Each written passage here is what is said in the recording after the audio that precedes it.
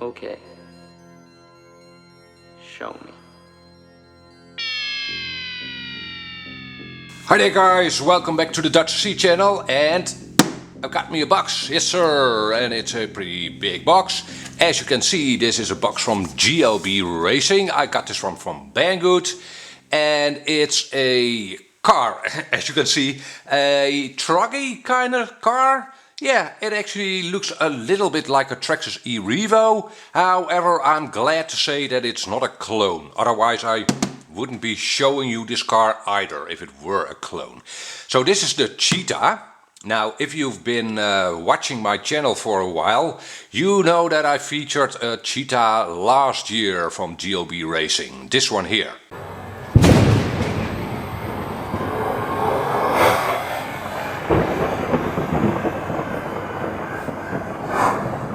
Hot damn!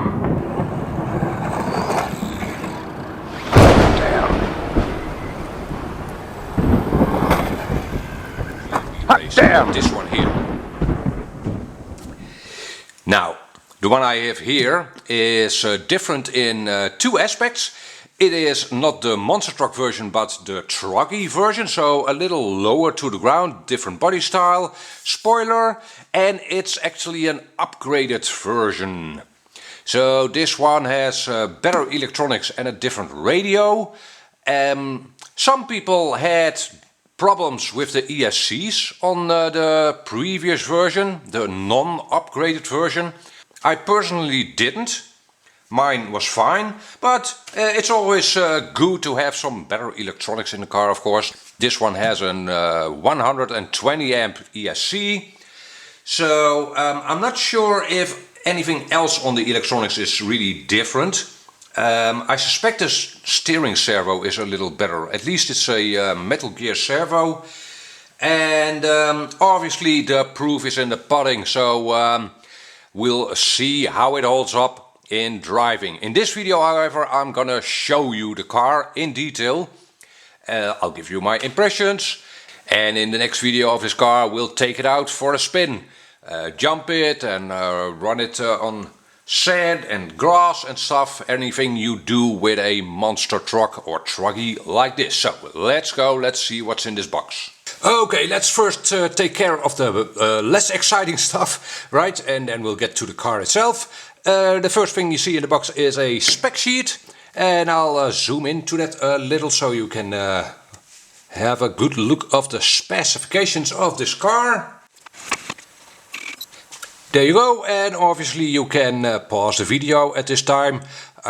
Important things, well, it has standard 17mm hexes for the wheel adapters, so you can fit pretty much any aftermarket wheel, Proline wheels, if you want to upgrade the car. So that's nice, 17mm hexes, a 15 kg servo, that's pretty okay. Huh. Okay, and here's that, it's a HobbyWing, they say, 120 amp ESC. I'm not sure if it's a genuine HobbyWing ESC, maybe, I don't know. But at least it's a upgraded ESC from the previous version. Okay, again, pause the video to your liking if you want a closer look at this.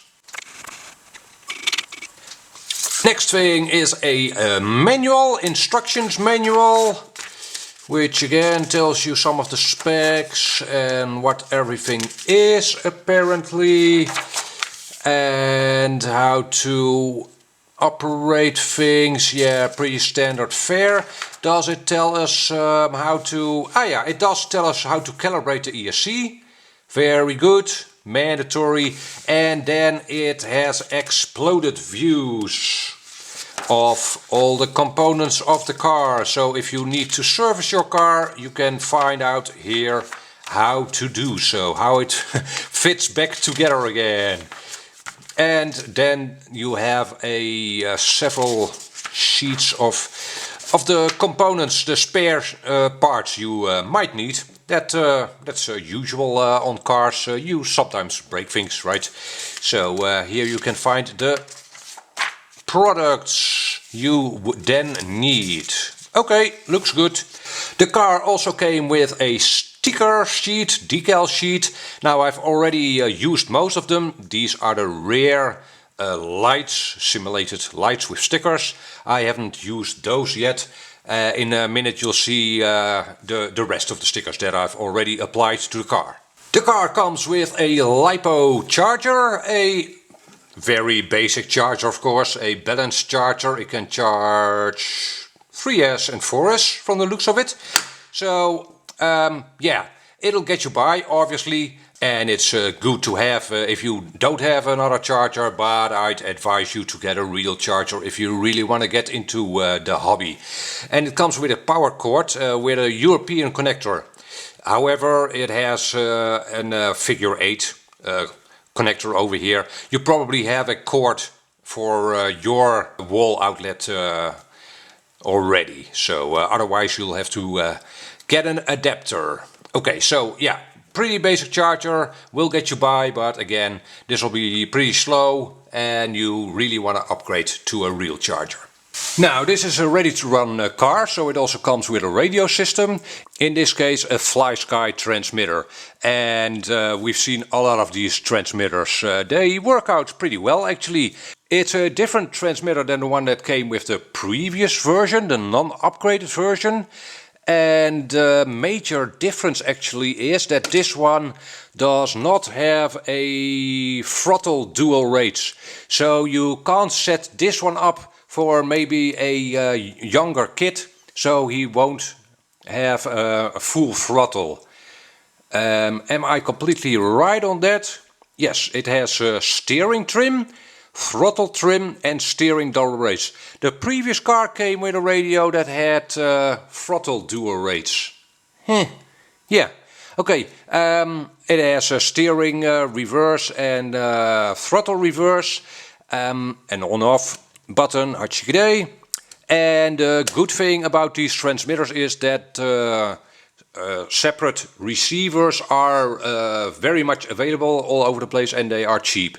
So if you want to use this radio for future cars as well, you can. And again, it's a pretty nice radio. It doesn't have a lot of rebound. It has a rubbery feel on the wheel over here.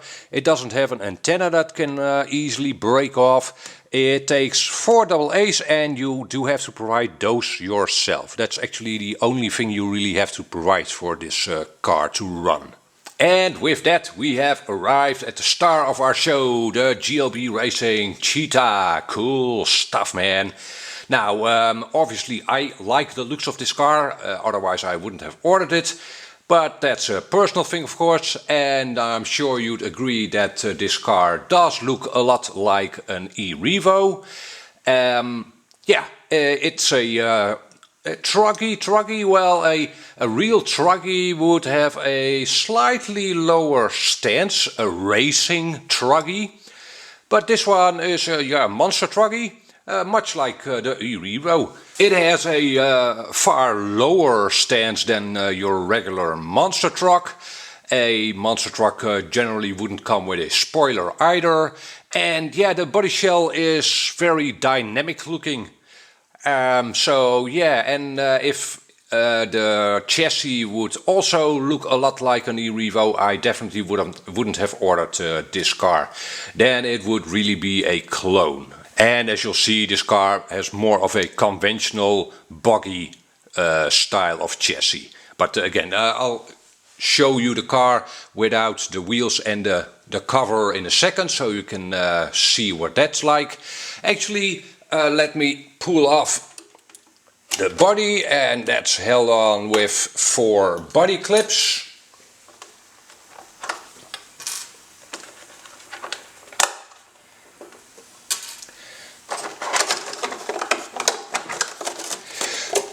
Okay, and yeah, the stickers that came with the car are these side windows over here. The front window was already on the car. It came with this grill sticker over here, front headlights, and the 2 rear lights you saw. I have not applied those. You don't really see them that much because of the spoiler. Okay, a topside view of the chassis. So, more of a traditional style of chassis, not with the laid down shocks like the e-Revo has. It has conventional shocks and springs at each corner. And we'll take a closer look at those in a minute. But as you can see, it has a nice goldish aluminium top deck, which should provide a lot of stability for the chassis. That is nice, and it's actually pretty beefy. It's at least 3 millimeters in thickness and nicely anodized, very nice. It has a 2500 kV motor, which is a lot actually, and it's a 3670 motor, can motor, brushless of course. Over here we see that 120 amp ESC, and it is waterproof. Over here you see an on-off switch which is weatherized, so it has a seal on it. It has a little knob over here for your calibration and setup work on the ESC, and I'm happy to say that you can access this on-off switch with the body on the car. And in front of that you see the receiver over here, a FlySky receiver of course, which is mounted on top of the servo, a Metal Gear 1/8 scale servo. And do we have, yes, we do have a servo saver on the other side of the car. I'm not sure if that's really visible, but over here you have a servo saver. And that does look very nice. Now the car comes with this LiPo connected via a Dean's plug, and for me that's okay, because almost all of my cars now run on Dean's connectors. Works fine for me. And let's take it out, held on with two straps. And yes, the camera is a bit in the way for me, but it's a 4000 milliamp 3S LiPo. So out of the box this car comes with this LiPo.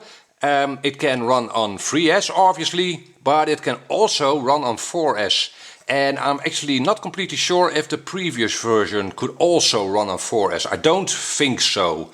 Well, maybe you could, but your ESC wouldn't live very long.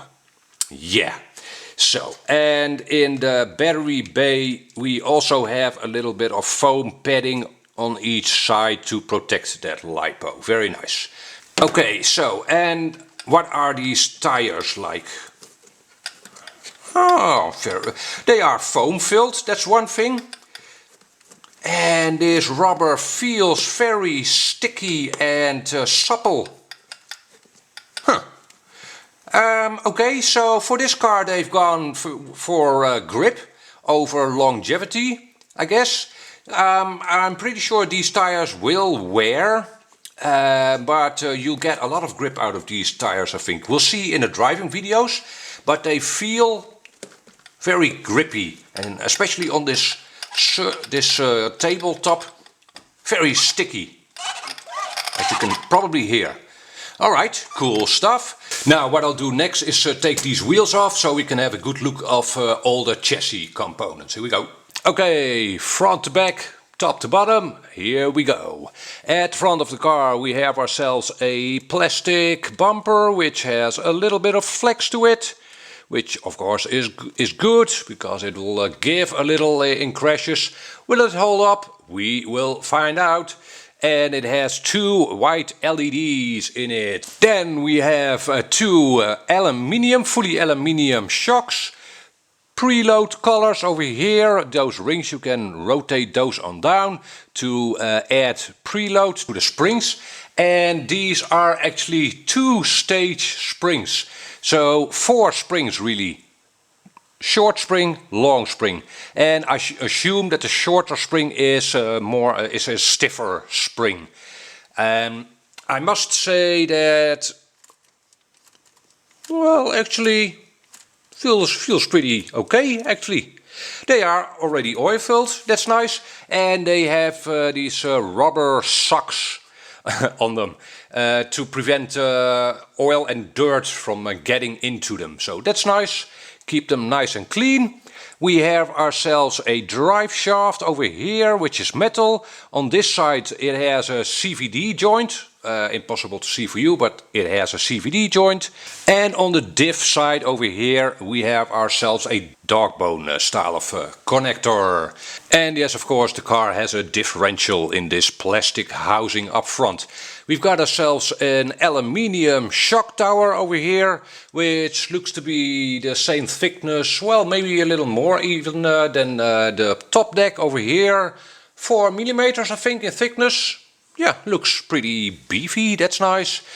And let's see, yeah, the geometry setup over here, you've got pillow balls, so you can adjust the wheel stands over here. And of course you can also adjust the toe in or toe out with these buckles over here. So quite a lot of adjustability.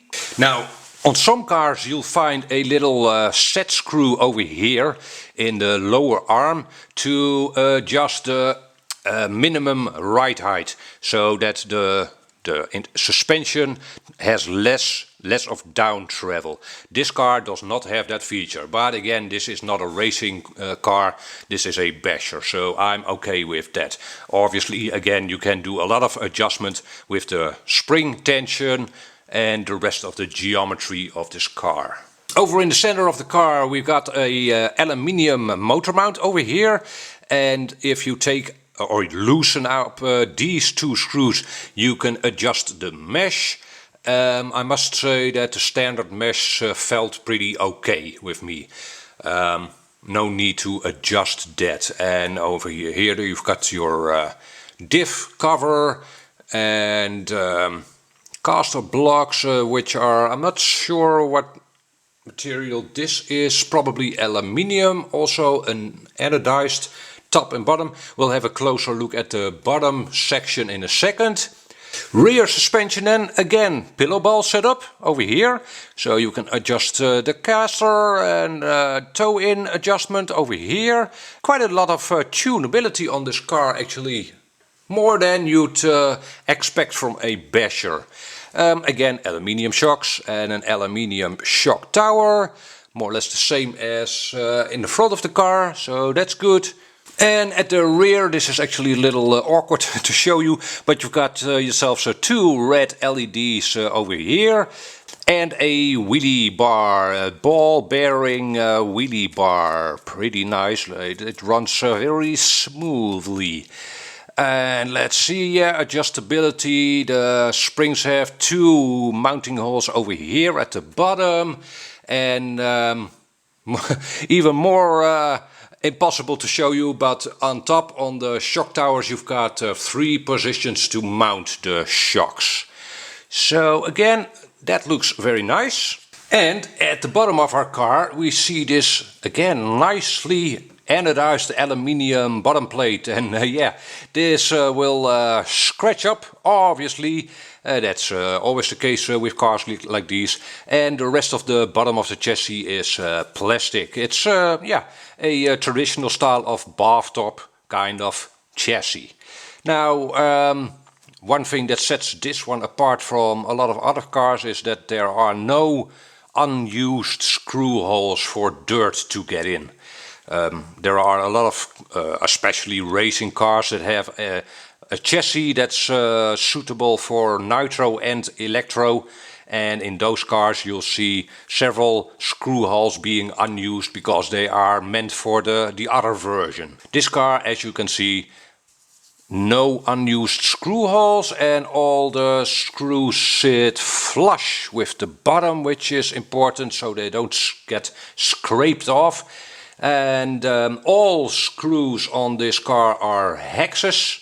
That's nice. I know a lot of people prefer hexes, so yes, on this car everything is hex heads.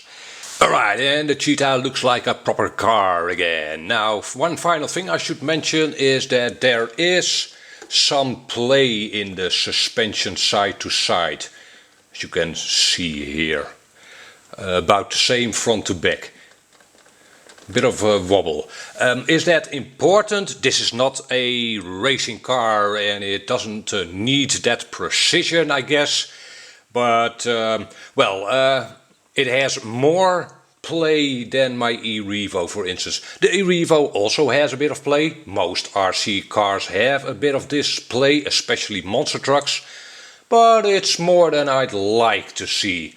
We'll of course see in the driving video if this adversely impacts the drivability.